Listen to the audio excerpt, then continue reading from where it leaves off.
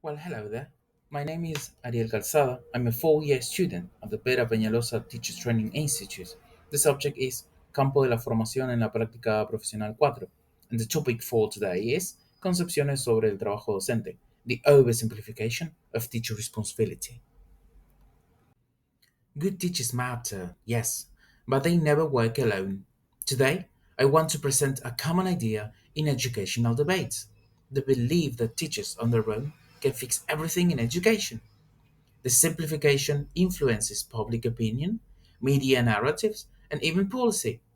In the next minutes, I will outline three myths that sustain this view and offer a broader perspective on what truly supports teaching.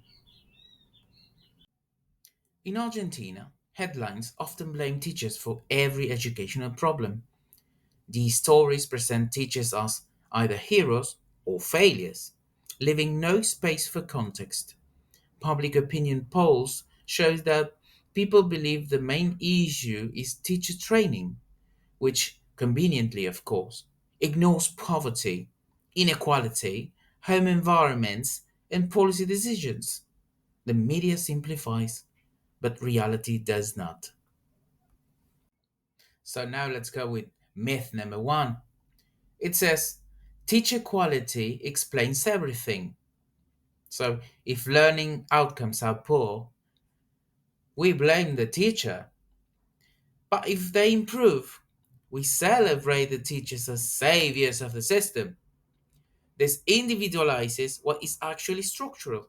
No single teacher, no matter how skilled, can overcome systemic obstacles alone. Therefore, it is necessary to understand that teaching happens inside social, economic, and cultural systems. Remember, we are unique beings. Therefore, the context is key.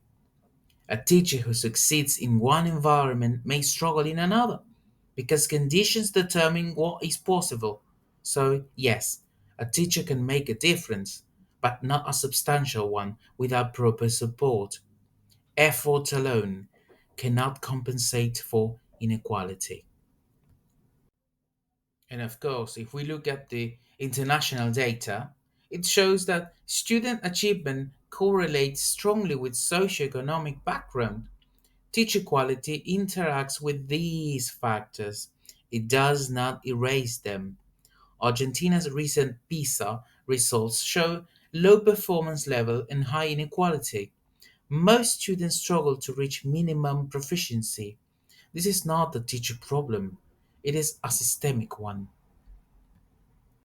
Furthermore, in Argentina, around 30% of teachers work in more than one school to make a living. Many face overcrowded classrooms, scarce materials, and emotional demands beyond instructions, demands often ignored by the media, parents, and the general population. Under these conditions, placing full responsibility on individual teachers becomes unrealistic and far from being fair. Well, now, if the first myth exaggerates teachers' responsibility and, so to speak, power, the second proposes shortcut, the belief that more training will solve everything. Oh, yes, they need more training, more training. Training fixes all. This idea belongs to the magic solutions category described by Grimson en Mitomanías de la Educación Argentina. It assumes a reform, workshop, or course can instantly transform education. Many people believe that better training alone would fix schools.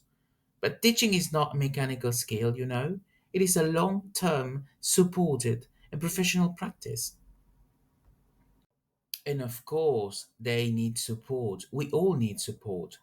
Professional development only works when it involves sustained mentoring, collaboration, time to plan, and institutional trust.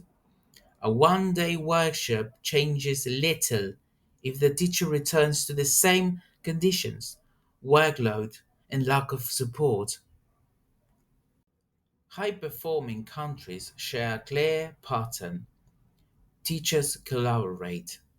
They observe each other's lesson, plan together, and discuss strategies. Quality teaching is collective, not competitive. Improvement comes from professional communities and not isolated courses. So, collaboration improves quality. These are some of the things teachers often say. We learn more from each other than from any standalone training. Their experience aligns with research, collaboration, not isolation, as I said before, and it all drives improvement.